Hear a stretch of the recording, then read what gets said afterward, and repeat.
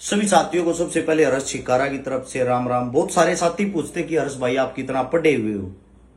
ये चीजें मैंने नहीं रखता मैं कितना पढ़ा हुआ हूं। बड़ी चीज ये मैं हाल फिलहाल भी पढ़ता हूं, पढ़ाई करता हूं 4 घंटे डेली। ना ही मेरे को किसी चीज का एग्जाम पास करना, ना ही कोई नौकरी लगना।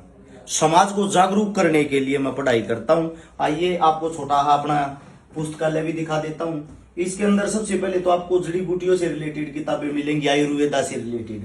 इसके अंदर आपको रामायण, महाभारत, गोरख संहिता, राजवंश और ये अपने शहीदों की, राम प्रसाद बिस्मिल, हिटलर की, शहीद उधम सिंह की बिस्मिल और झांसी की रानी, सुभाष चंद्र बोस, भगत सिंह और उनके साथियों के दस्तावेज, भगत सिंह में नास्तिक क्यों हो, भगत सिंह की जेल डायरी, भगत सिंह के शहीद भगत सिंह के क्रांतिकारी दस्तावेज, भगत सिंह की फांसी की, भगत सिंह सुखदेव राजगुरु की अमर गाथा की, भगत सिंह के पत्थर तार पर्चे अदालत, भगत सिंह के लेख, भगत सिंह क्रांतिकारियों की रेखा चित्र, राष्ट्रपुत्र भगत सिंह, अमर क्रांतिकारी सुखदेव, अमर क्रांतिकारी चंद्रशेखर, अमर क्रांतिकारी सुखदेव, अमर भगत सिंह, खुदीराम बोस जी, अमर क्रांतिकारी, शहीद वतन राजगुरु जी,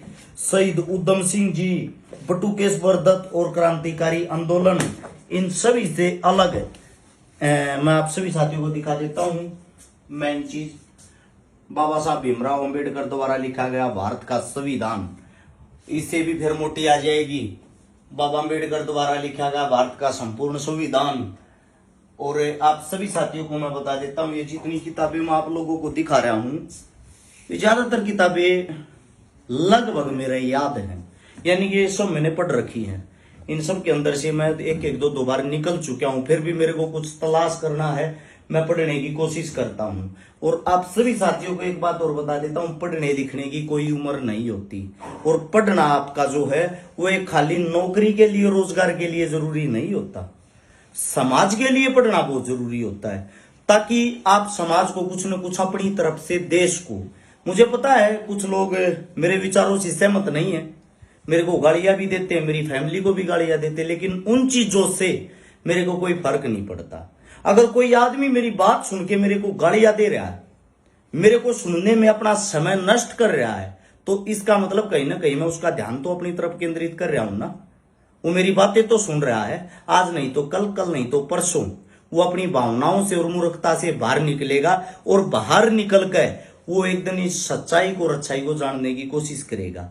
हर चीज के विरोधी किसके नहीं है?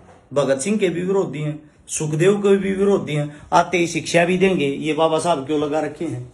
भाई मेरा जीवन है, मेरे को पसंद है, मैं वही तो लगाऊंगा। चंद्रशेखर जी क्यों लगा रखे हैं? अगर मेरे घर के अंदर आप कहीं भी जाओगे आपको यही चीजें मिलेंगी।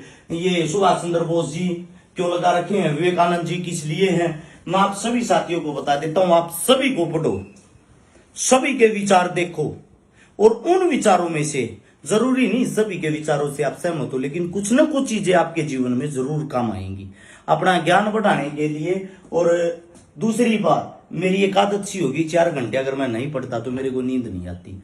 मैं गाड़ी में जब भी अपना कहीं भी जाता हूं, किसी भी प्रोग्राम में जाता हूं, मेरे रूट लंबे लंबे होते हैं, मैं बीच में अपनी किताब खोल के किताबें पढ़ता हूं।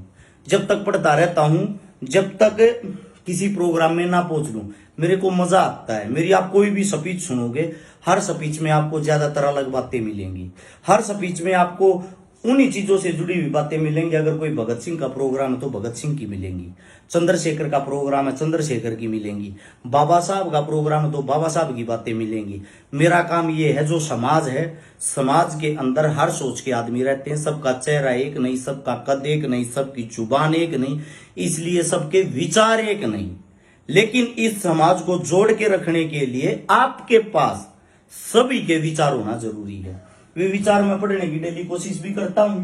और आयुर्वेदा की जो ये किताबें हैं, इनसे तो हम जुड़े हुए हैं, हमारा काम है तो इनको भी मैं पढ़ लेता हूं। मैंने महाभारत और रामायण भी लगभग 2-2, 3-3 बार पढ़ ली।